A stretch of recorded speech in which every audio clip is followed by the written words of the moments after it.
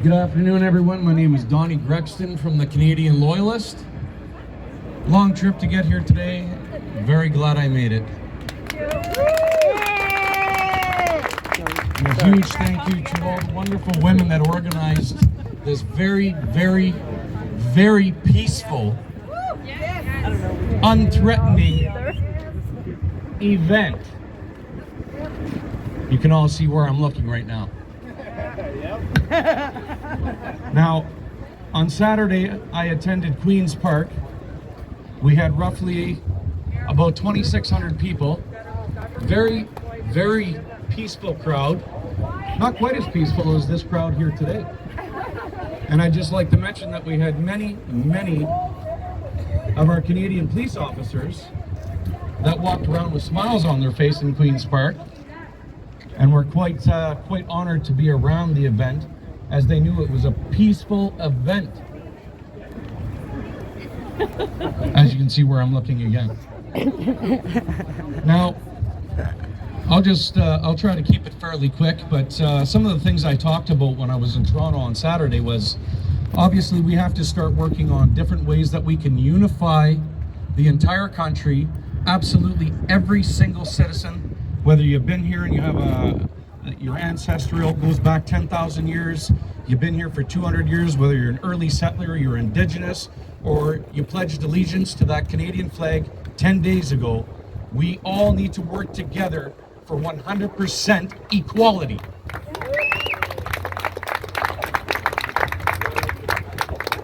When we can install true equality in this country, and I mean true equality, no matter if it's the men and women that are behind these stone walls or the men and women that are sitting on the side of the street on some of the corners looking for breadcrumbs to survive. The people behind these walls are no better than the people that are sitting on the street down over here. No Canadian is better than any other. Now, one of the things that I'll rephrase, I want all of us equally together to work towards promoting the Canadian Loyalist across the entire country.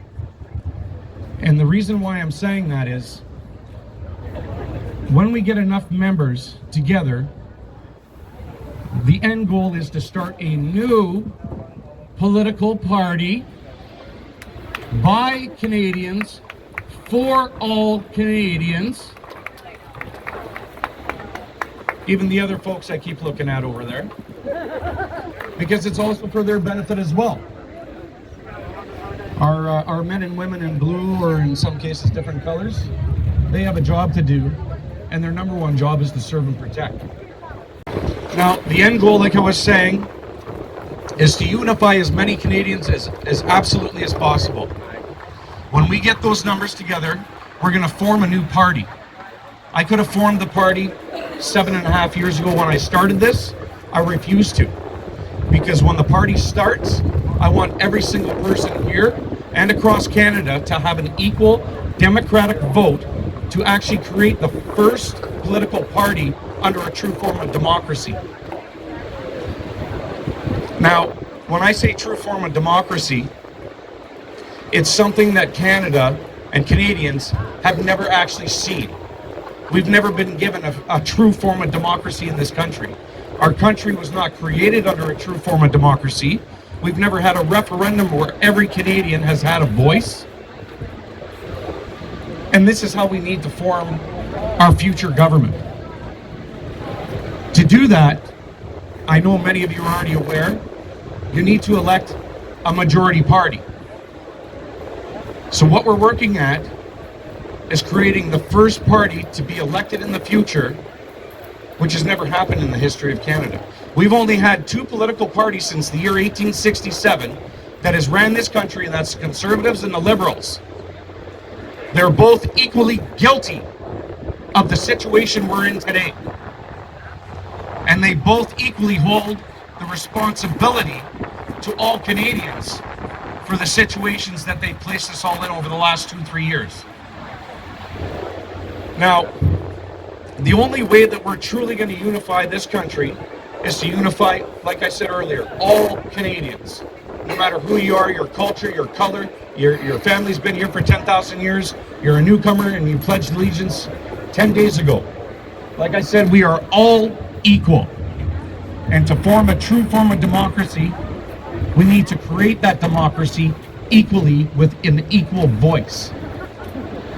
Now, one of the things that I would like to see us all implement, as I say, the truest form of democracy, is through national, provincial, territorial, and even municipal referendums. Now, I'll give you the best example I can, because he's in power right now, leading this country, and that's Justin Trudeau. When Justin Trudeau got elected, yes, Justin Trudeau, when he got elected, for example, obviously we have a conflict going on overseas right now with Ukraine and Russia. It was not part of any political platform when he was elected to send our men and women into a war zone into Ukraine and Russia conflict. I can tell you right now, and I don't care who's listening, they're in process of sending our men and women over there. I know many armed forces men and women, and they'll gladly speak to me. Now, for example, if Justin Trudeau and the Liberal cabinet tried to send our men and women into a war zone for which was not part of a political platform that Canadians could vote for that party and candidate based off the information that they provide to us. So whenever they try to implement things like sending our soldiers into a war zone that wasn't part of the election, it'll automatically trigger a national referendum where the people of Canada will go and vote, and the people of Canada, under a true form of democracy, will make the final decision. The power lies with the people. Under a true form of democracy, through referendum, it will oversee any of these senators, any of these politicians, whether or not they have a minority or a majority party, if they have the approval of the entire Senate. When they have that referendum, the people of Canada, when we speak, our law is supreme. When the results of the referendum say it's 90%, Canadians say no, you are not sending our men and women into a war zone. Like I said, they can have every single person in the cabinet, in the House, agree that they want to send them in. They can get full approval from the Senate. And if the people have spoken and said 90% of Canadians say absolutely not, it's absolutely not. And that goes with anything else that they try to implement on the federal level, the provincial level, and the municipal level. If they try to basically implement anything that wasn't part of their platforms, it'll trigger a referendum where the people within those districts, provinces, the country, or in the municipalities will have the final say on those topics.